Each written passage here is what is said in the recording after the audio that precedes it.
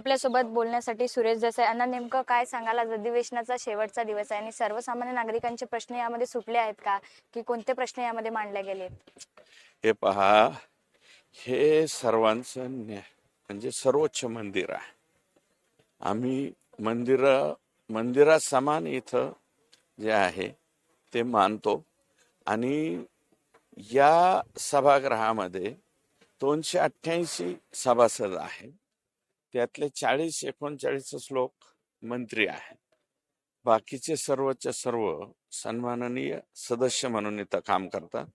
या मंदिरामध्ये आल्याच्या नंतर वेगवेगळ्या भागापासून म्हणजे चांद्यापासून बांद्यापर्यंत इथे सर्व सभासद जे आपापली भूमिका मांडतात ती सगळी रेकॉर्ड होते, ती सगळी लिखित स्वरूपामध्ये होते आणि त्याच्यानंतर हे अधिवेशन संपल्याच्या नंतर सुद्धा काही डायरेक्ट अधिवेशनामध्ये घोषणा होतात.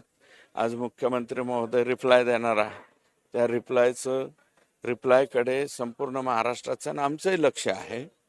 तर याच्यामधनं जे जे प्रश्न मांडले जातात त्याचं निराकरण होतं. ही कंटिन्यू चालणारी प्रक्रिया आहे आणि त्याच्यामध्ये लोकांना न्याय मिळतो.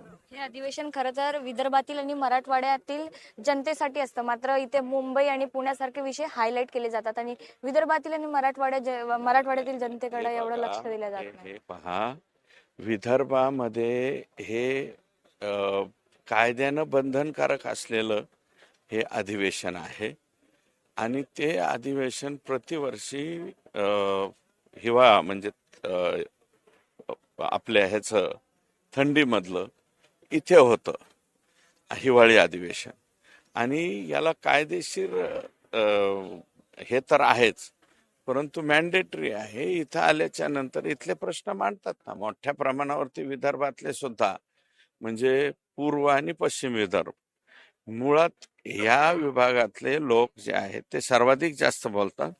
परंतु आपल्या सभागृहामध्ये मुंबई आहे, म्हणजे मुंबई महाराष्ट्र एकच आहे सर्व. हे पूर्वी काय आहे की प्रभावीपणे विदर्भाचं वेगळा विदर्भ करा म्हणून खूप जोरात या ठिकाणी मागणी व्हायची. आता कुठं दिसत बी नाही का.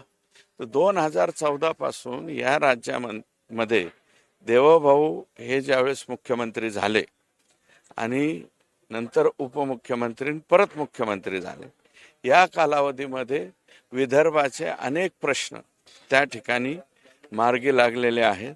इथलेच गडकरी साहेब सुद्धा केंद्रामध्ये मंत्री असल्यामुळं रस्त्याची वगैरे पूर्वीची परिस्थिती आम्ही फार वाईट पाहायचो.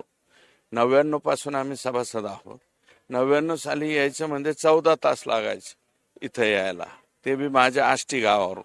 आता मी 6-5.5 तासामध्ये इथं नागपूरला पोहोचतो आणि निश्चितपणे या राज्य सरकारने काही प्रश्न, जो सिंचनाचा अनुशेष होता, त्याच्यानंतर रस्त्याचा अनुशेष होता, इथल्या पिकांच्या संदर्भातले काही प्रश्न होते, त्याच्यामध्ये मार्ग निघालेले आहेत आणि इथं आल्याच्या नंतर विदर्भावरती अधिकची चर्चा झालेली.